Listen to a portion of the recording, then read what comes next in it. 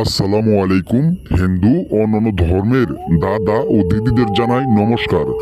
আজ আমি নারী বশ নকশা নিয়ে হাজির হয়েছি। সে নকশা আদি ও প্রাচীনকালের 500 বছর আগের নকশা।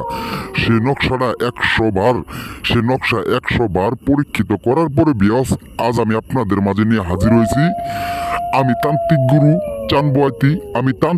চানবয়াতি আপনাদের মাঝে ফাটাফাটি একবার মরণ আখেরি জাদু কুফরি জগতের নকশা।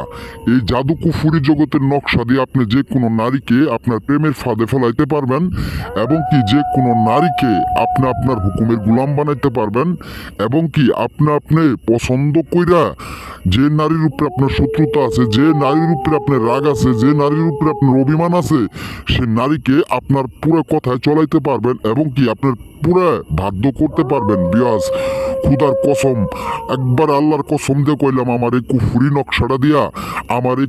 নকশাটা দিয়ে একটাবার কাজ করবেন। কাজের সাথে সাথে সর্বোচ্চ আধা ঘন্টার ভিতরে সে নারী বশ হয়ে যাবে, সে নারী পাগলা কুত্তা হয়ে যাবে, সে নারীর শরীরের ভিতরে সে নারীর রূপ জ্বালা যন্ত্রণায় থাকতে পারবো না, রুমে থাকতে পারবো না, গড়ে থাকতে পারবো না। এরকম একটা পাওয়ারফুল কুফুরি জাদুর নকশা। এই জাদুর নকশা দিয়ে আপনি যে কোনো নারীকে ভুলাইতে পারবেন, যে কোনো নারীকে আপনি আপনার পছন্দ মতো ঘুরাইতে পারবেন। যে নারী আপনার কথা শুনে না, আপনার টাকা পয়সা অর্থ সম্পদ ধন দৌলত যা কিছু আছে, সে নারী আপনাকে পচাইয়া সব কিছু নিয়ে যাইতে সে নারী সক্ষম হয়েছে।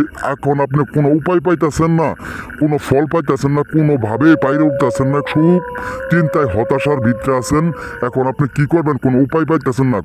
আমার এই ভিডিওটা ভালোভাবে দেখে, আমার এই কথাগুলো ভালোভাবে শুনে আপনি একটাবার খুদার কসম, একটাবার যে নারীকে আপনি বশ করবেন, সে